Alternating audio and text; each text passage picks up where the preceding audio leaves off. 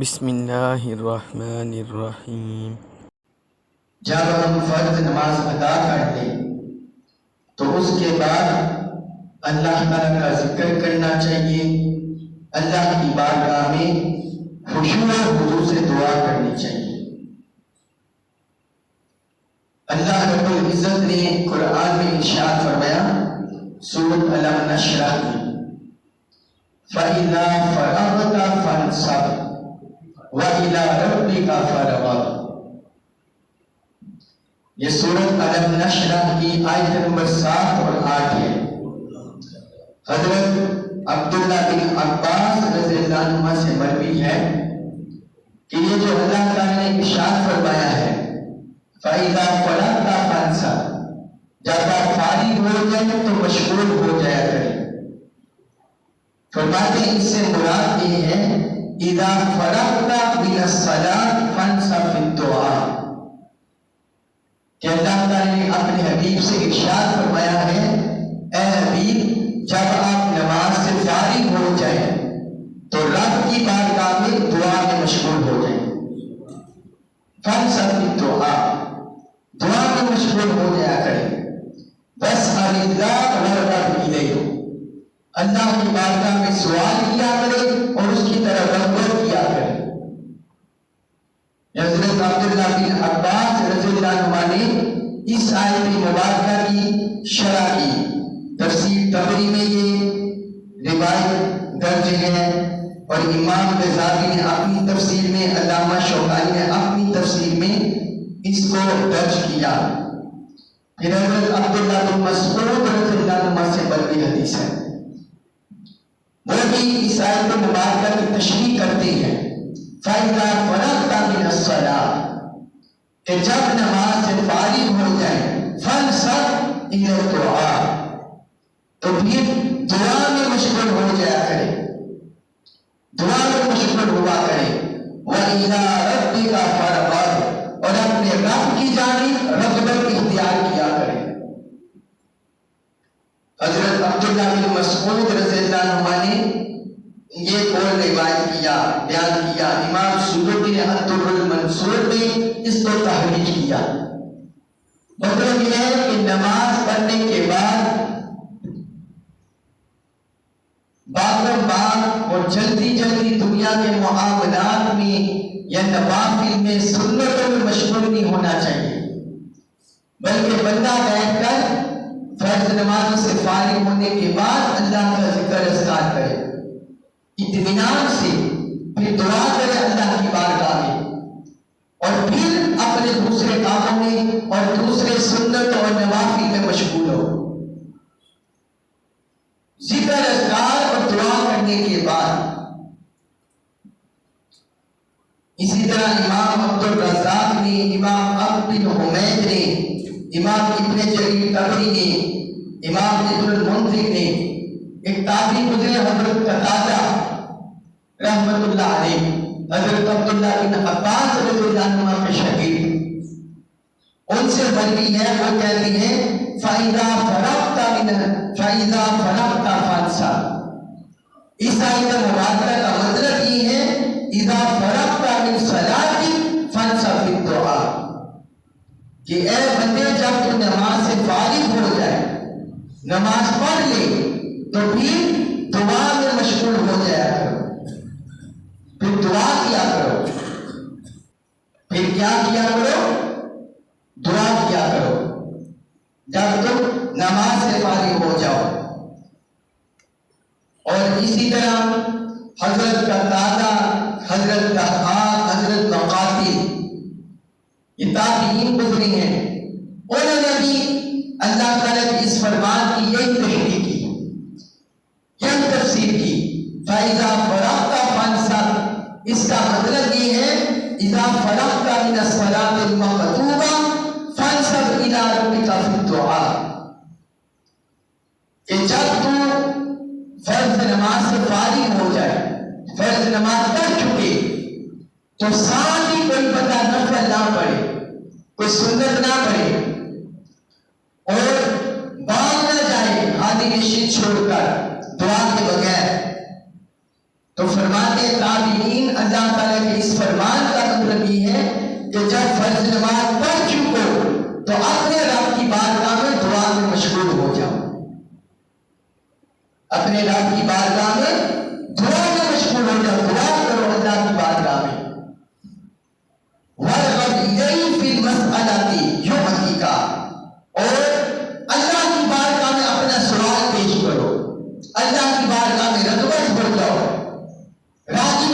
اللہ کی بارگاہ میں، جب تم اللہ کی بارگاہ میں نماز پڑھنے کے بعد، عبادت کرنے کے بعد دعا کرو گے تو فرمایا یعطیک، وہ تمہیں عطا فرمائے گا، اللہ تعالیٰ تمہیں عطا فرمائے گا، تمہاری حاجتیں پوری کرے گا، تمہارا سوال پورا کرے گا۔ فرض نمازوں کے بعد دعا کی اتنی فضیلت کا وقت ہوتا ہے، دعا کی قبولیت کا وقت ہوتا ہے۔ ایک حدیث ہے حضرت ابو امامہ رضی اللہ عنہ سے مروی حدیث ہے، سنن ترمذی میں اور امام نسائی نے السنن الکبریٰ میں اس حدیث کو روایت کیا، امام عبد الرزاق نے المصنف میں روایت کیا۔ حضرت ابو امامہ رضی اللہ عنہ سے مروی حدیث ہے کہ پوچھا گیا یا رسول اللہ ای الدعاء اسمع، یا رسول اللہ کون سی دعا اللہ کی بارگاہ میں زیادہ سنی جاتی ہے؟ کون سا وقت ہوتا ہے جب اللہ کی بارگاہ میں دعا زیادہ سنی جاتی ہے؟ کون سا وقت اور کون سی دعا ایسی ہے؟ تو حضور صلی اللہ علیہ وسلم نے فرمایا جوف اللیل الآخر ودبر الصلوات المکتوبات، فرمایا رات کے آخری حصے میں اور فرض نمازوں کے بعد کی دعا۔ رات کے آخری حصے میں جب بندہ اللہ کی بارگاہ میں ہاتھ اٹھاتا ہے، اللہ کی بارگاہ میں سوال کرتا ہے، دعا کرتا ہے، تو حضور نے فرمایا وہ وقت ہوتا ہے دعا کی قبولیت کا، جب اللہ تعالیٰ دعا سنتا ہے۔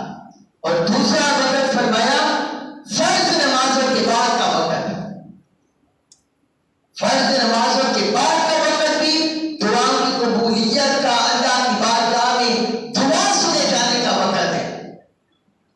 تو ان اوقات میں بندے کو رغبت سے، محبت سے، چاہ سے اللہ کی بارگاہ میں دامن پھیلا کر مانگنا چاہیے، اللہ کی بارگاہ میں دامن پھیلا کر مانگنا چاہیے، دعا کرنی چاہیے اللہ کی بارگاہ میں ایسے۔ حضور نبی اکرم صلی اللہ علیہ وسلم کی جب ہم معمولات پڑھتے ہیں، آپ کی سنتیں دیکھتے ہیں، تو ہمیں نماز کے بعد آپ کا یہ معمول دکھائی دیتا ہے کہ آپ نمازوں کے بعد ان اوقات کو ضائع نہیں کرتے تھے، ان اوقات کو باتوں میں، سونے میں یا سستی میں، غفلت میں حضور صلی اللہ علیہ وسلم سے ہمیں ایسی تعلیم نہیں ملتی، بلکہ آپ صلی اللہ علیہ وسلم فرض نمازوں کے بعد اللہ کے ذکر اذکار اور اللہ کی بارگاہ میں دعا میں بسر کرتے تھے۔ ایک حدیث ہے صحیح البخاری میں اور صحیح مسلم میں متفق علیہ حدیث ہے، حضرت مغیرہ بن شعبہ رضی اللہ عنہ سے مروی ہے، وہ کہتے ہیں حضور نبی اکرم صلی اللہ علیہ وسلم ہر فرض نماز کے بعد یہ پڑھا کرتے تھے۔ اور ایک بخاری شریف میں یہ حدیث ہے، دوسری حدیث کے لفظ سے کہ رسول اللہ صلی اللہ علیہ وسلم ہر نماز کے بعد جب سلام پھیر لیتے اس وقت یہ کلمات کہتے تھے۔ اور صحیح مسلم کے الفاظ ہیں کان اذا فرغ من الصلاۃ وسلم، کہ حضور صلی اللہ علیہ وسلم جب نماز سے فارغ ہو جاتے اور سلام پھیر لیتے دائیں بائیں، تو پھر آپ صلی اللہ علیہ وسلم یہ کلمات کا ذکر کیا کرتے۔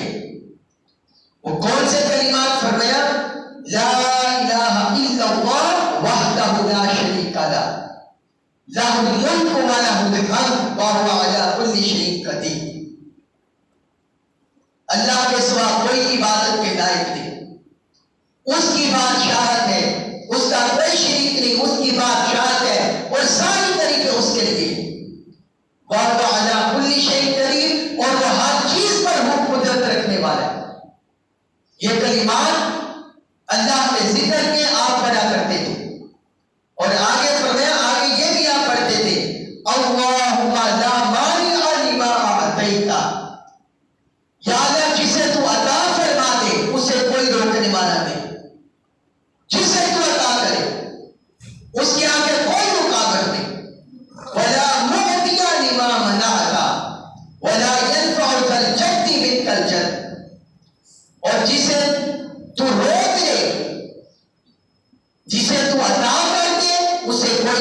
والا نہیں، اور جس سے تو روک لے اسے کوئی دینے والا نہیں۔ جب اللہ کی طرف سے دروازہ بند ہو جائے تو معلوم اس کا ہاتھ نہیں تھام سکتی، پھر کوئی فائدہ نہیں۔ اور جب اللہ کی طرف سے قبولیت ہو تو پھر محلول چاہے اس کا ساتھ دے یا نہ دے، ہر خیر اس کی طرف چلتی ہے۔ تو فرمایا جس پر تو عطا کر دے اس کے لیے کوئی رکاوٹ نہیں، اور جس کے لیے تو رکاوٹ باندھے، تو روک دے، اسے کوئی عطا کرنے والا نہیں۔ وَلَا يَنْفَعُ ذَا الْجَدِّ مِنْكَ الْجَدِّ، اور کسی دولت مند کو اس کی دولت تیرے مقابلے میں نفع نہیں دیتی۔ یعنی جس کے لیے تو خیر چاہے، نفع دینا چاہے، بس اس سے ہی نفع پہنچتا ہے۔ باقی کوئی صاحب مال ہے، صاحب جائیداد ہے، اگر وہ نفع پہنچانا چاہے اللہ کی مرضی نہ ہو تو نفع نہیں پہنچ سکتا۔ یہ حضور صلی اللہ علیہ وسلم یہ کلمات ذکر ہر فرض نماز کے بعد پڑھا کرتے تھے۔ لا الہ الا اللہ وحدہ لا شریک لہ، لہ الملک ولہ الحمد وہو علی کل شیء قدیر، اللہم لا مانع لما اعطیت ولا معطی لما منعت ولا ينفع ذا الجد منک الجد۔ آپ علیہ الصلوۃ والسلام کا معمول تھا فرض نمازوں کے بعد یہ ذکر کرنے کا، اور صرف ایک نہیں، کئی ذکر صحابہ اکرام نے بیان کیے ہیں۔ ایک اور ذکر سنیے، یہ بھی صحیح البخاری میں حدیث ہے، سنن ترمذی میں حدیث ہے، اور سنن نسائی میں یہ حدیث ہے۔ حضرت عمر بن محمود عودی وہ کہتی ہیں کہ حضرت سعد بن ابی وقاص رضی اللہ عنہ اپنے بچوں کو یہ کلمات سکھاتے تھے، اپنے بیٹوں کو یہ کلمات سکھاتے تھے۔ وہ فرماتے ہیں اس طرح سکھاتے تھے جس طرح کوئی معلم، کوئی استاد اپنے لڑکوں کو خط و کتابت سکھاتا ہے، جس طرح کوئی استاد اپنے بچوں کو لکھنا سکھاتا ہے، پڑھنا سکھاتا ہے، اس طرح فرماتے ہیں حضرت سعد رضی اللہ عنہ اپنے بچوں کو یہ کلمات سکھایا کرتے تھے۔ اور وہ کہتے تھے، وہ فرماتے تھے ان رسول اللہ صلی اللہ علیہ وسلم کان یتعوذ منہن دبر الصلاۃ، کہ حضور صلی اللہ علیہ وسلم ان کلمات کے ذریعے ہر نماز کے بعد اللہ سے پناہ مانگا کرتے تھے۔ یہ تحفظ کلمات ہیں، اللہ کی بارگاہ میں پناہ طلب کرنے کے کلمات ہیں جو حضور صلی اللہ علیہ وسلم ہر نماز کے بعد مانگا کرتے تھے، دعا کیا کرتے تھے۔ اب وہ آپ سنیے، اور آپ میں سے ہر بندہ کوشش کرے ان کلمات کو یاد کرنے کی۔ وہ کلمات یہ ہیں، اللہم انی اعوذ بک من الجبن، یا اللہ میں تجھ سے، میں بزدلی سے تیری پناہ چاہتا ہوں، میں بزدلی سے تیری پناہ چاہتا ہوں۔ اللہم انی اعوذ بک من الجبن، یا اللہ میں بزدلی سے تیری پناہ چاہتا ہوں۔ اور آگے عرض کرتے وَأَعُوذُ بِكَ أَنْ أُرَدَّ إِلَىٰ أَرْذَلِ الْعُمُرِ، اور ذلت کی زندگی کی طرف لوٹائے جانے سے میں تیری پناہ چاہتا ہوں۔ وَأَعُوذُ بِكَ أَنْ أُرَدَّ إِلَىٰ أَرْذَلِ الْعُمُرِ، ذلت کی زندگی کی طرف لوٹائے جانے سے میں تیری پناہ چاہتا ہوں۔ یعنی ایسی زندگی جس میں انسان دوسروں کا محتاج ہو جائے، دوسروں کی محتاجی، دوسروں کی ضرورت اس کو پا جائے، اور پھر نہ اس کا بیٹا اس کا ساتھ دے، نہ بیٹی ساتھ دے، نہ اس کے گھر والے ساتھ دے، نہ بہو ساتھ دے، نہ کوئی اور ساتھ دے۔ ذلت کی زندگی، چاہے وہ جسمانی محتاجی ہو، چاہے وہ مالی بوجھ ہو، یا کوئی بھی بوجھ ہو، کوئی بھی ذلت کی زندگی۔ حضور فرماتے عرض کرتے اللہ کی بارگاہ میں، یا اللہ میں اس ذلت کی زندگی سے تیری پناہ چاہتا ہوں۔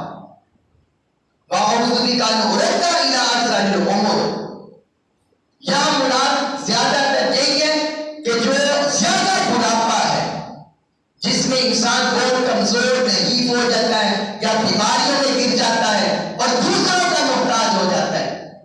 تو حضور اس سے بھی پناہ مانگتے. اور تیسرا فرمایا وَأَعُوذُ بِكَ مِن فِتْنَةِ الدُّنْيَا، یا اللہ میں تجھ سے دنیا کے فتنہ کی پناہ چاہتا ہوں، دنیا کے فتنہ کی پناہ چاہتا ہوں. اور چوتھا آپ پناہ مانگتے وَأَعُوذُ بِكَ مِنْ عَذَابِ الْقَبْرِ، اور یا اللہ میں عذاب قبر سے تیری پناہ مانگتا ہوں. یا حضور صلی اللہ علیہ وسلم ان تعوذات سے، ان کلمات سے یہ 4 پناہیں اللہ کی بارگاہ سے طلب کیا کرتے تھے. اللہم انی اعوذ بک من الجبن واعوذ بک من ان ارد الی ارذل العمر واعوذ بک من فتنۃ الدنیا واعوذ بک من عذاب القبر. یہ 4 پناہیں آپ طلب کیا کرتے تھے رب کی بارگاہ سے ہر نماز کے بعد، ہر فرض نماز کے بعد آگے اللہ کی بارگاہ سے. تو وہ کہتے ہیں راوی فحدثت به مصعبا کہ میں نے یہ حدیث حضرت مصعب کے سامنے بیان کی. فصدق، تو انہوں نے بھی تصدیق کی، ہاں حضور صلی اللہ علیہ وسلم کا یہی معمول مبارک تھا، حضور کا یہی معمول مبارک تھا کہ آقا علیہ السلام ان کلمات سے دعا مانگتے تھے، پناہ طلب کیا کرتے تھے اللہ کی بارگاہ میں. اور پھر ایک اور حدیث سنیے، حضرت معاذ بن جبل رضی اللہ عنہ سے مروی ہے. یہ سنن ابی داؤد میں حدیث ہے، امام نسائی کی السنن الکبریٰ میں، مسند احمد بن حنبل میں اور دیگر کتب حدیث میں. حضرت معاذ بن جبل رضی اللہ عنہ سے مروی حدیث ہے کہ ایک دن رسول اللہ صلی اللہ علیہ وسلم نے میرا ہاتھ تھاما، میرا ہاتھ پکڑ لیا اور فرمایا اے معاذ انی لاحبک، فرمایا اے معاذ مجھے تجھ سے محبت ہے. کیا فرمایا؟ مجھے تجھ سے محبت ہے. تو اس کا مطلب ہے اللہ کی محبت کے لیے دنیا کی چاہت، دنیا کی حرص، دنیا کا نفس نہ ہو، نفسانی خواہش نہ ہو. اللہ کی رضا کے لیے ہم کسی سے محبت کا اظہار کر سکتے ہیں، اپنے بھائی سے محبت کا اظہار کر سکتے ہیں. حضور نے حضرت معاذ رضی اللہ عنہ سے فرمایا اے معاذ مجھے تجھ سے محبت ہے. قربان ہے حضرت معاذ رضی اللہ عنہ کی شان پر. حضور نے ان سے فرمایا، حضرت معاذ رضی اللہ عنہ نے عرض کیا یا رسول اللہ بِأَبِي أَنْتَ وَأُمِّي وَأَنَا أُحِبُّكَ، میرے ماں باپ آپ پر قربان، مجھے بھی آپ سے محبت ہے. حضرت معاذ رضی اللہ عنہ آگے یہ عرض کرتے ہیں میرے ماں باپ آپ پر قربان، مجھے بھی آپ سے محبت ہے. تو حضور نے فرمایا اسی کا یا معاذ لا تدعنا فی دبر کل صلاۃ ان تقول، اے معاذ میں تجھے ایک نصیحت کرتا ہوں، تجھے کچھ کلمات سکھاتا ہوں، نصیحت کرتا ہوں، وصیت کرتا ہوں، تم ان کو ہر نماز کے بعد کبھی نہ چھوڑنا، ہر نماز کے بعد کبھی نہ چھوڑنا. یعنی ان کو پابند کر لو اپنے اوپر اور ان کا معمول بنا لو. بڑے آسان سے کلمات ہیں. اور کیا فرمایا؟ اللہ کی بارگاہ میں دعا کیا کرو اللہم اعنی علی ذکرک و شکرک و حسن عبادتک. اللہم اعنی علی ذکرک و شکرک و حسن عبادتک. یا اللہ تو اپنے ذکر پر، اپنے شکر پر اور اچھی حسین عبادت پر میری مدد فرما. اس کا ترجمہ یہ ہے یا اللہ تو اپنے ذکر پر، اپنے شکر پر اور اچھی خوبصورت عبادت پر میری مدد فرما. اللہم اعنی علی ذکرک و شکرک و حسن عبادتک. فرمایا حضرت معاذ رضی اللہ عنہ سے کہ ان کلمات کو کبھی نہ چھوڑنا، ہر نماز کے بعد پڑھنا. اگر کسی بندے میں ذکر میں کمی ہوگی، اگر خلوص سے اس کے دل سے، اس کی زبان سے یہ کلمات نکل گئے تو قبولیت کا وقت ہونا ہے، اسے اللہ کے ذکر کی چاشنی مل جائے گی، لذت مل جائے گی. اگر کسی میں شکرانے کی کمی ہوئی تو اللہ کے ذکر کی یہ کیفیت لذت اسے مل جائے گی، شکرانہ نعمت نصیب ہو جائے گا، اللہ کی بارگاہ میں شکرانہ نصیب ہو جائے گا۔ اور اگر کوئی حسن عبادت سے محروم ہوا، اللہ کی بارگاہ میں اچھی طرح عبادت نہ کر سکتا ہوا، تو یہ ان کلمات کی برکت سے حسن عبادت اسے میسر آ جائے گا۔ تو فرمایا ان کلمات کو کبھی نہ چھوڑنا۔ اور حضرت معاذ رضی اللہ عنہ نے وَأَوْصَى بِذَلِكَ مُعَاذٌ السُّنَابِيَّ وَأَوْصَى بِهِ السُّنَابِيُّ أَبَا عَبْدِ الرَّحْمَنِ، حضرت معاذ رضی اللہ عنہ نے یہ جو دعائیہ کلمات انہیں حضور صلی اللہ علیہ وسلم نے سکھائے تھے، انہوں نے اپنے تک محدود نہ کیا، بلکہ انہوں نے یہ کلمات سنابی کو یاد کرا دیا، وصیت کر دی۔ اور پھر آگے السنابی امام نے، انہوں نے ابو عبد الرحمن کو نصیحت کر دی۔ یعنی اس طرح سلسلہ در سلسلہ کلمات چلتے رہے اور وصیت ہوتی رہی۔ اتنا یعنی اور پھر ایک حدیث ہے حضرت ابو ایوب انصاری رضی اللہ عنہ سے مروی حدیث ہے، امام طبرانی نے اپنی مغازی میں، امام حاکم نے اپنی مستدرک میں روایت کیا، اور یہی حدیث حضرت ابو امامہ رضی اللہ عنہ سے بھی مروی ہے۔ وہ کہتے ہیں حضرت ابو ایوب انصاری رضی اللہ عنہ، وہ کہتے ہیں ما صلیت خلف نبیکم الا سمعته حین ینصرف۔ ماشاءاللہ ڈاکٹر صاحب نے تو جگمگا دیا مسجد کو، حال کو ماشاءاللہ۔ حضرت ابو ایوب انصاری رضی اللہ عنہ کہتے ہیں کہ میں نے جب بھی حضور نبی اکرم صلی اللہ علیہ وسلم کے پیچھے نماز پڑھی، آپ جب بھی نماز پڑھنے سے پہلے فارغ ہوئے، آپ نے ان کلمات کو کبھی نہیں چھوڑا، یعنی نماز کے بعد ان کلمات کو ہمیشگی کے لیے پڑھنا، یہ بھی حضور کی سنت ہے۔ حضرت ابو امامہ رضی اللہ عنہ سے بھی مروی ہے اور حضرت ابو ایوب انصاری رضی اللہ عنہ سے بھی مروی ہے، وہ یہ ہے اللہم اغفر لی ذنوبی وخطایا، اللہم اغفر لی ذنوبی وخطایا، یا اللہ میرے گناہ بخش دے، میری خطائیں بخش دے۔ اللہم انعشنی، یا اللہ مجھے حشاش بشاش رکھ، اپنی طاعت کے لیے، عبادت کے لیے، بندگی کے لیے، حلال رزق کے لیے۔ اللہم انعشنی، یا اللہ مجھے حشاش بشاش رکھ، وجبرنی، اور مجھے آزمائش سے محفوظ رکھ، مجھے آزمائش سے محفوظ رکھ، وَاهْدِنِي لِصَالِحِ الْأَعْمَالِ وَالْأَخْلَاقِ، اور یا اللہ مجھے صالح اعمال اور حسن اخلاق کرنے کی توفیق عطا فرما، اچھے اعمال اور اچھے اخلاق اپنانے کی توفیق عطا فرما، ہدایت عطا فرما۔ إِنَّهُ لَا يَهْدِي لِصَالِحِهَا وَلَا يَصْرِفُ سَيِّئَهَا إِلَّا أَنْتَ، یا اللہ صالح اعمال کی توفیق اور برائیوں سے نجات وہ تیرے سوا کوئی نہیں دے سکتا۔ یہ حضور صلی اللہ علیہ وسلم ان کلمات کے ذریعے بھی ہمیشہ کے لیے دعا کرتے، اللہم اغفر لی ذنوبی وخطایا، اللہم انعشنی واجبرنی واہدنی لصالح الاعمال والاخلاق، انہ لا یأتی لصالحها ولا یصرف سیئها الا انت۔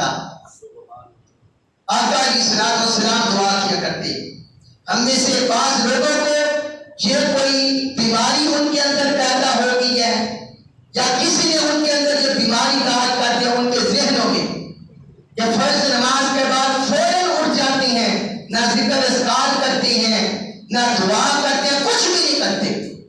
یاد رکھیے یہ ہلاکت خیز عمل ہے۔ کیا عمل ہے؟ ہلاکت خیز۔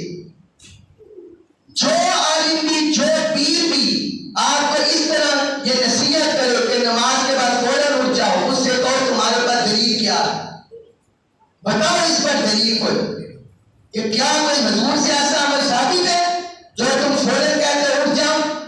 اب میں آپ کو ایک بڑی نصیحت آموز حدیث سنانے لگا ہوں۔ آخری حضرت بن قیس کہتی ہیں ہمیں ایک شخص نے نماز پڑھائی، حضرت ابو ریمسا نے، انہوں نے ہمیں نماز پڑھائی. وہ کہتے ہیں میں نے جس طرح تمہیں نماز پڑھائی ہے اسی طرح میں نے حضور صلی اللہ علیہ وسلم کے ساتھ نماز پڑھی. اور حضرت ابوبکر صدیق اور حضرت عمر فاروق رضی اللہ عنہ سب سے اگلی صف میں حضور کے دائیں جانب کھڑے ہوتے تھے، حضور کے دائیں جانب کھڑے ہوتے تھے. اور پھر کہتے ہیں ایک شخص آیا، وہ نماز میں شامل ہوا تکبیر اولیٰ کے ساتھ، یعنی پابندی صلاۃ تھا، تکبیر اولیٰ کے ساتھ نماز میں ایک شخص شامل ہو گیا. جب حضور صلی اللہ علیہ وسلم نے نماز پڑھائی، آپ نے دائیں طرف سلام پھیری، بائیں طرف سلام پھیری، حتی رأینا بیاض خدیہ. صحابہ کا یہ بھی محبت ہے نا، وہ کہتے ہیں ہم نے حضور صلی اللہ علیہ وسلم کے رخساروں کی سفیدی دیکھی، یعنی وہ حضور کے چہرہ اقدس کی زیارت کرنے میں مشغول ہوتے تھے. سلام پھیری جب آقا نے دائیں میں تو حضور کے رخسار مبارک کی سفیدی دیکھی. پھر آگے کہتے ہیں سمن فتح کنفتان ابی رفسا یعنی نفسو. پھر آقا علیہ السلام نے چہرہ مبارک پھیرا، چہرہ مبارک پھیر کر بیٹھے، کہتے ہیں جس طرح بلنسا بیٹھا ہے پھیر دیا ہے. تو وہ شخص کھڑا ہو گیا جس نے نماز کو تکبیر اولیٰ کے ساتھ پایا تھا، جس نے نماز کو تکبیر اولیٰ کے ساتھ پایا تھا. حضور نے سلام پھیر لیا تو وہ شخص جس نے نماز کو تکبیر اولیٰ کے ساتھ پایا تھا کھڑا ہوا اور وہ نفلی نماز پڑھنے لگا، نفلی نماز پڑھنے لگا. فغصب الیہ عمر، حضرت عمر نے پکڑ کر اسے کھینچا، حضرت عمر نے اسے پکڑ کر کھینچا. فآذ بمن قبیل فحزا، انہوں نے اس کا کندھا پکڑا اور اسے جھنجھوڑا، کندھا پکڑ کر اسے جھنجھوڑا اور فرمایا اجلس، بیٹھ جاؤ، تمہیں کیا جلدی پڑی ہے؟ ابھی فرض نماز حضور نے حضرت کی ہے، تمہارے پیچھے کوئی آگ لگی ہے، کوئی تمہارے پیچھے بھاگ رہے ہیں جو تمہیں فوراً سنت نفل پڑھنے کی پڑ گئی ہے. حضرت عمر نے بٹھا لیا اور فرمایا بیٹھ جاؤ. فَإِنَّهُ لَمْ يَعْرِفْ أَهْلَ الْكِتَابِ إِلَّا أَنَّهُ لَمْ يَكُنْ بَيْنَ الصَّلَوَاتِ فَصْلٌ. فرمایا ہم سے پہلے اہل کتاب اس لیے ہلاک ہوئے کہ ان کی درمیان ان کی نمازوں کے درمیان فاصلہ نہیں ہوتا تھا، ان کی نمازوں کے درمیان فاصلہ نہیں ہوتا تھا. وہ فرض اور سنتوں کے درمیان فاصلہ نہیں کرتے تھے، فرض اور نفل کے درمیان فاصلہ نہیں کرتے تھے، اور بیعت نہیں کرتے تھے، اللہ کا ذکر نہیں کرتے تھے، اللہ سے دعا نہیں کرتے تھے. تو فرمایا اہل کتاب اس وجہ سے ہلاک ہو گئے. یا حضرت عمر رضی اللہ عنہ نے حضور کی موجودگی میں یہ جملہ بولا. آگے حضور نے کیا فرمایا؟ حضور نے نہیں یہ فرمایا کہ عمر نے غلط کیا، نہیں، حضور نے اپنی نگاہ مبارک اٹھائی، عمر کی طرف دیکھا اور فرمایا اصحاب اللہ بک یا ابن الخطاب، اے ابن خطاب، اللہ تعالی نے تمہیں صحیح بات کہنے کی توفیق عطا فرمائی، تم نے حق سچ بولا ہے. اب جس بندے کے اندر یہ غفلت ہے، یہ سستی ہے، یہ کاہلی ہے، یا کسی اپنے عالم کی وجہ سے، کسی پیر کی وجہ سے فرض نمازوں کے بعد ذکر اذکار نہیں کرتا، اللہ سے دعائیں نہیں کرتا، وہ اپنی یہ غفلت سستی دور کر لے. یہ حضور کی سنت کے خلاف ہے اور یہ اپنے آپ کو ہلاکت میں ڈالنے کی بات ہے. یہ جو آپ کو حدیث سنے یہ سنن ابی داؤد میں ہے، مستدرک کی حاکم میں ہے اور امام بیہقی نے سنن الصغریٰ میں الکبریٰ میں روایت کیا ہے. اللہ تبارک و تعالی ہمیں عمل پیرا ہونے کی توفیق عطا فرمائے. وما علیہ الا البلاغ المبین.